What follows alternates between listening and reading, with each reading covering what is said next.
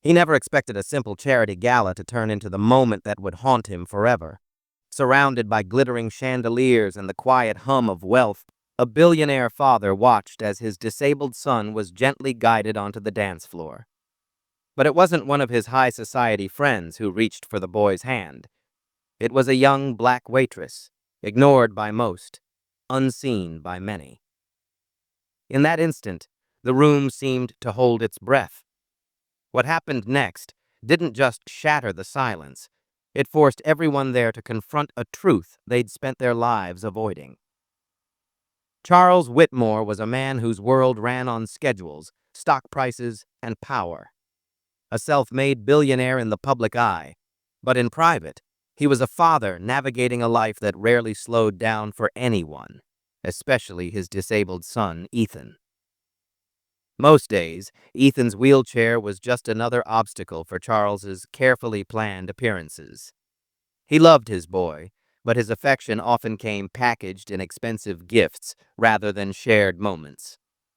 Across town, in a small apartment above a laundromat, Maya Johnson ironed her uniform for the third time. The gala she was working tonight wasn't just another shift. It was a paycheck that kept her younger sister in school and the lights on at home. She had grown used to being invisible to the wealthy, moving through glittering rooms where no one saw the person behind the tray. Her smile was practiced, her steps precise, her presence quiet. The Whitmore Foundation Charity Gala was the kind of event where champagne flowed like water and laughter rang under crystal chandeliers. Charles arrived in a tailored suit, flanked by business associates and cameras. Maya arrived early, blending into the team of waitstaff, her name tag barely catching the light. They didn't notice each other, at least not yet. Ethan sat near the edge of the room, watching couples twirl across the polished dance floor. His hands gripped the arms of his wheelchair, eyes following the rhythm he could feel but not join. Maya passed by, tray in hand, catching a flicker of longing in his gaze. Neither of them knew that in a matter of minutes, a choice made on instinct would not only bridge the gap between two worlds, but challenge everyone in that room to see beyond what they thought they knew. Maya's tray grew lighter as the evening went on, but the weight in the room only seemed to grow heavier. The guests floated across the marble floors in shimmering gowns and pressed tuxedos, speaking in low, confident tones. Every movement was rehearsed, every smile calculated. In spaces like this, Maya knew her place, silent, efficient, unseen. But then she saw him again. The boy in the wheelchair, Ethan. He sat still among the flurry of motion, his eyes tracing the dancers like someone watching the world through glass. Maya paused mid-step, the champagne glasses on her tray trembling slightly as she noticed his hands twitch to a rhythm he couldn't join. Her instincts whispered, "Don't stop. Keep moving." But another voice pushed louder. "No one else is going to do this for him." She set the empty tray down, stepping toward Ethan. As she approached, she felt it, the subtle tightening of the air. Conversations slowed in the nearest circle of guests. One woman's eyes flickered over Maya's uniform before darting back to her partner. A man's brows knit together, not in confusion, but in quiet disapproval. Maya knelt beside Ethan's chair and smiled. She extended her hand. "Would you like to dance?" she said softly, words meant only for him, but loud enough for nearby ears to catch. Across the room, Charles noticed. At first it was just curiosity, a waitress crouching near his son. But then came the whispers, the sideways glances. He caught fragments. "Who does she think she is?" And, "This isn't appropriate." Ethan's face lit up as he placed his small hand in Maya's. She wheeled him toward the edge of the dance floor. The music swelled, a slow, graceful waltz. Maya positioned herself so that Ethan's chair swayed in time with the rhythm, her own steps guiding his movements. She wasn't just pushing a chair, she was leading him through the music, letting him feel the spin and flow. But the murmurs grew louder. A waiter brushing past her muttered under his breath, "Careful, you're drawing attention." Two guests drifted closer, their eyes narrowing, their voices sharp but hushed. One of them, a board member for the Whitmore Foundation, placed a hand on Maya's arm. "I think you should step away," he said with a smile that didn't reach his eyes. She froze for a moment. This was the line, one she wasn't supposed to cross. But when she looked at Ethan, his laughter bubbling in the air for the first time all night, the decision was already made. She brushed past the man's hand and kept moving. The music rose, her steps more fluid, Ethan's joy more visible. That's when she heard it. A slow clap. Just one. It came from somewhere near the center of the room. Conversations halted. Heads turned. Even the musicians seemed unsure whether to keep playing.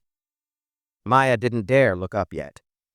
All she knew was that every set of eyes in the room was now on them. The warmth of the dance floor was gone, replaced by a heavy electric silence. And then, a voice she wasn't expecting. The slow clap grew louder, sharper, until it stopped as abruptly as it began. All eyes shifted to Charles Whitmore. He stood at the edge of the dance floor, his hand resting on the back of a chair, his gaze locked on Maya. For a heartbeat, no one moved. The only sound was the faint hum of the string quartet, unsure whether to keep playing. Charles's jaw tightened, his expression unreadable. The crowd's eyes flicked between him and the young black waitress, still guiding his son's chair in gentle turns. Then came the voice, a low, patronizing chuckle from one of the donors near the front.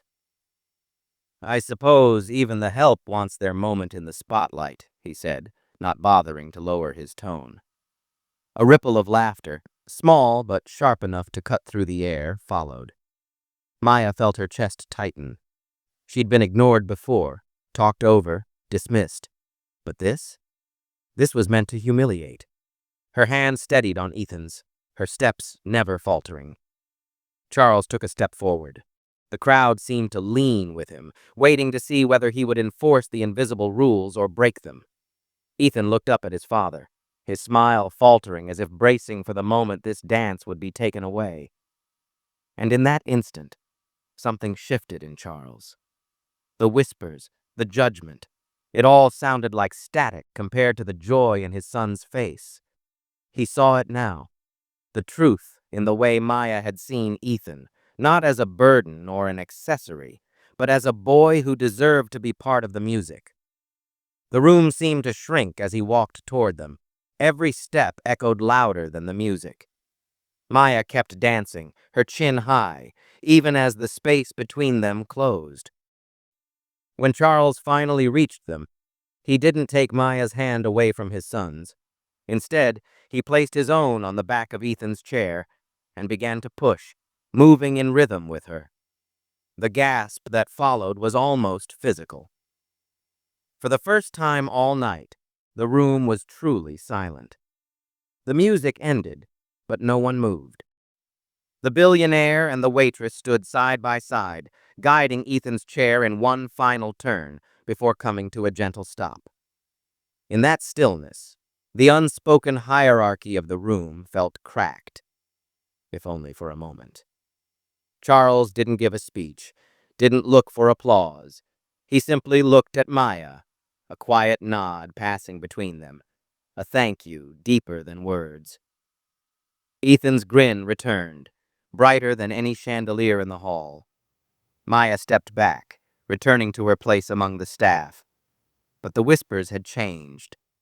Where moments ago there had been disapproval, now there was uneasy silence, people grappling with what they had just seen. Some looked away, unwilling to confront the discomfort. Others held her gaze for the first time that night. Charles left the gala early, his arm around Ethan, his thoughts heavier than his steps. He realized that all his wealth, his influence, had done little to challenge the walls around him, walls he had helped build. That night, one small act of courage had shown him those walls could be crossed. For Maya, it wasn't about a billionaire noticing her. It was about Ethan feeling like any other boy for those few minutes, and about refusing to let prejudice dictate kindness. This was just one night, in one glittering room. But the truth is, moments like this happen everywhere, where judgment is passed before a word is spoken, where people are made to feel less because of the color of their skin or the job they hold. Sometimes change doesn't come from speeches or grand gestures. It comes from a hand extended when no one else will reach out. The question is, when the moment comes, will you have the courage to take it?